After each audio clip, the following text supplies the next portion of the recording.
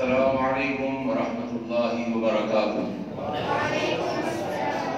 نحمده ونصلی علی رسوله الکریم، اما بعد فاعوذ باللہ من الشیطان الرجیم، بسم اللہ الرحمن الرحیم۔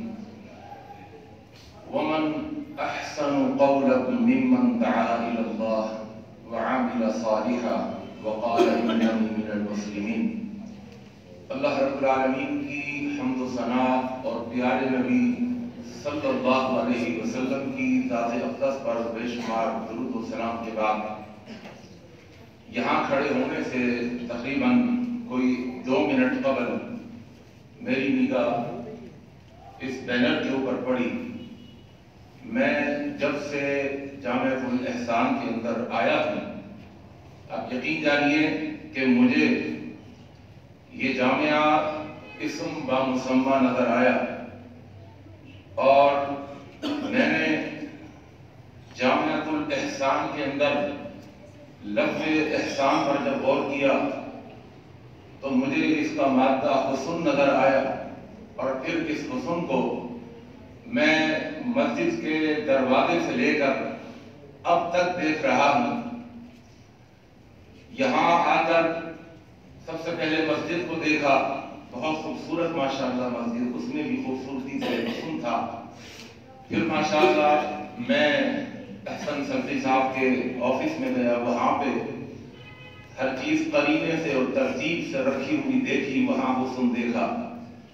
اور پھر یقین جانیے یہ مبالغے سے بات نہیں کر رہا، اتفاقی بات کہہ لیجیے یا کچھ کہہ لیجیے، پھر میں نے جامعہ کے حسن کو چاروں طرف دیکھتے ہوئے جب میں یہاں اوپر آیا تو میں نے یہاں بھی جس طرح طلباء کو ترتیب سے بیٹھا ہوا اور خاموشی کے ساتھ اور بڑے نظم و نسق کے ساتھ اور خوبصورتی کے ساتھ جب میں نے بیٹھا ہوا دیکھا تو مجھے پھر حسن نظر آیا۔ اور پھر میں نے یہاں آ کر جو 3 تقریریں سنی ہیں، حقیقت یہ ہے کہ میں نے ان تقریروں کے اندر بھی بہت ہی حسن کو دیکھا اور بڑی خوبصورتی کو دیکھا، اور مجھے اس آیت کا مصداق وہ طلباء نظر آئے جو یہاں آیت لکھی ہوئی ہے کہ وَمَنْ أَحْسَنُ قَوْلًا مِّمَّنْ دَعَا إِلَى اللَّهِ۔ اس سے بڑھ کر کس کے قول میں، کس کے قول میں، کس کی گفتگو میں حسن ہو سکتا ہے؟ کون؟ دعا الی اللہ، جو داعی الی اللہ بن کر دعوت الی اللہ کا کام کرتا ہے۔ مجھے ان کی تقریروں میں بھی بہت حسن نظر آیا، اور آپ یقین جانیے پھر میں نے ذرا سا غور کیا، میں نے کہا کہ میں ذرا اس جامعہ کے مدیر صاحب کی طرف تو دیکھوں، تو ہمارے جامعہ کے مدیر صاحب کا نام کیا ہے؟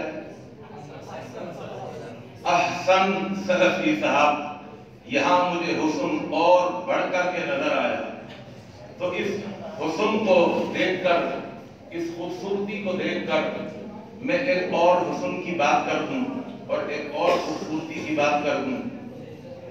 دیکھیے یہاں جو ہم آئے ہوئے ہیں علم حاصل کرنے کے لیے، جو طلباء آئے ہوئے ہیں، یقین جانیے کہ انسان کے حسن و جمال کے اندر ایک ذاتی حسن و جمال ہے اور ایک انسان کا صفاتی حسن و جمال ہے۔ ذاتی حسن و جمال کے اندر یہ اپنی مثال آپ ہے کہ انسان اللہ نے بڑا خوبصورت بنایا ہے۔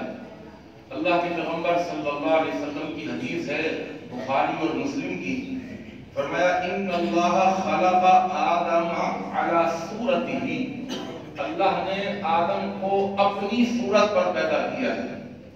تو یہ اپنے ذات کے اعتبار سے، اپنے ظاہری اسٹرکچر کے اعتبار سے، اپنے باطنی اعتبار سے یہ انسان سب سے زیادہ اللہ کی خوبصورت مخلوق ہے۔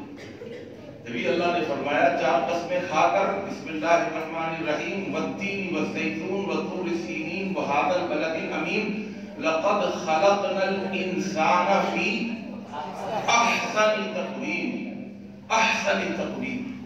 اور یاد رکھیے کہ جب یہ انسان احسنی تقویم ہے، تو غور تو کرنا ہوگا کہ آخر کیا ایسی بات ہے جو اور مخلوقات میں نہیں ہے۔ جب ہم موازنہ کرتے ہیں اور مخلوقات سے، جب ہم اس انسان کو کمپیئر کرتے ہیں، تو ظاہری طور پر تو ایسا لگتا ہے کہ کوئی خاص فرق نہیں ہے، اس لیے کہ حیوانات جتنے ہیں ان کے بھی کان ہیں، انسان کے بھی کان ہیں، ان کی بھی آنکھیں ہیں، انسان کی بھی آنکھیں ہیں، ان کے بھی پاؤں ہیں، انسان کے بھی پاؤں ہیں، ان کے بھی ہاتھ ہیں، ہم بولتے ہیں نا دستی، بکری کی دستی، ان کے بھی ہاتھ ہیں اور انسان کے بھی ہاتھ ہیں، ان کے جسم پر بال ہیں، ہمارے جسم پر بھی بال ہیں، ان کے جسم پر چمڑا ہے، ہمارے جسم پر بھی چمڑا ہے، ان کا جسم گوشت اور ہڈیوں سے، ہڈیوں میں گودا اس سے مرکب ہے، ہمارا جسم بھی گوشت، ہڈیوں اور ہڈیوں میں گودا موجود ہے، اس سے مرکب ہے، ان کی رگوں میں بھی خون دوڑ رہا ہے، ہماری رگوں میں بھی خون دوڑ رہا ہے، ان کے جسم میں دل، ہمارے جسم میں بھی دل، ان کا بھی سینہ، ہمارا بھی سینہ، اور اگر غور کریں وہ پانی اور ہوا اور روشنی کے محتاج، ہم بھی پانی اور روشنی اور ہوا کے محتاج، ہم بھی کھاتے ہیں، وہ بھی کھاتے ہیں، ہم بھی پیتے ہیں، وہ بھی پیتے ہیں، توالد اور تناسل کا سلسلہ، توالد اور تناسل کا سلسلہ ان میں بھی ہے، ان کے بھی بچے ہوتے ہیں، توالد اور تناسل کا سلسلہ ہمارے اندر بھی ہے، نر اور مادہ ان کے اندر بھی ہے، میل اور فیمیل ہمارے اندر بھی ہے، تذکیر و تانیث ہمارے اندر بھی ہے، چھوٹا ہونا بڑا ہونا ہمارے اندر بھی ہے، چھوٹا ہونا بڑا ہونا ان کے اندر بھی ہے۔ یہ ساری چیزیں جب ہم دیکھتے ہیں تو پھر ایک سوال پیدا ہوتا ہے کہ انسان میں اور حیوان میں پھر فرق کیا ہے؟ آ رہی ہے بات سمجھ میں؟ فرق کیا ہے؟ پھر کون سا ایسا بنیادی فرق ہے کہ جس کی وجہ سے اللہ قسمیں کھا کے کہتا ہے لَقَدْ خَلَقْنَا الْإِنسَانَ فِي أَحْسَنِ تَقْوِيمٍ؟ وہ کون سا فرق ہے جس کی بنیاد پر اللہ فرماتے ہیں وَلَقَدْ كَرَّمْنَا بَنِي آدَمَ وَحَمَلْنَاهُمْ فِي الْبَرِّ وَالْبَحْرِ وَرَزَقْنَاهُمْ مِنَ الطَّيِّبَاتِ وَفَضَّلْنَاهُمْ عَلَى كَثِيرٍ مِّمَّنْ خَلَقْنَا تَفْضِيلًا۔ وہ کون سا بنیادی فرق ہے کہ جس کی بنا پر اللہ رب العالمین احکم الحاکمین اس کو خلافت ربانی کا تاج پہناتے ہیں، کسی اور مخلوق کو نہیں پہناتے، اللہ نے خلافت ربانی کا تاج حضرت انسان کو پہنایا۔ وہ کون سا ایسا بنیادی فرق ہے کہ جس کی بنیاد پر اللہ تعالیٰ نے اس انسان کو اشرف المخلوقات بنایا؟ وہ کون سا ایسا بنیادی فرق ہے کہ جس کی وجہ سے اللہ نے اس کو کن کہہ کر نہیں پیدا کیا بلکہ خلقت بیدیہ کا اعزاز عطا کیا؟ وہ کون سا ایسا بنیادی فرق ہے کہ جس کی وجہ سے اللہ نے اس کو فرمایا وَنَفَخْتُ فِيهِ مِن رُوحِي، اپنی روح اس کے اندر پھونکی ہے؟ وہ کون سا ایسا بنیادی فرق ہے کہ جس کی وجہ سے اللہ نے اس کو مسجود ملائک بنا دیا؟ وہ کون سا ایسا فرق ہے میرے دوستوں، میرے بزرگوں؟ وہ ہے انسان کا علم، انسان کا علم۔ اللہ اکبر! یہی وجہ ہے کہ پہلی وحی جس میں اللہ نے فرمایا تھا بسم اللہ الرحمن الرحیم اقرأ بسم ربک الذی خلق خلق الانسان من علق الذی علم بالقلم علم الانسان ما لم يعلم۔ اگر آپ پہلی وحی کے اندر غور کریں، یہی وہ پہلی وحی ہے، یہی وہ چند آیتیں ہیں کہ جن آیتوں نے محمد ابن عبداللہ کو محمد رسول اللہ بنا دیا۔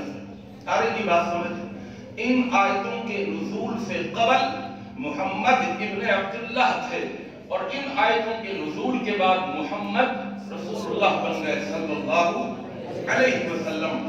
ان آیتوں کے اندر اگر آپ غور کریں تو ان آیتوں کے اندر آپ کو ایک چیز ملے گی کہ اللہ نے تخلیق انسان کے ساتھ تعلیم انسان کو بھی ذکر کیا.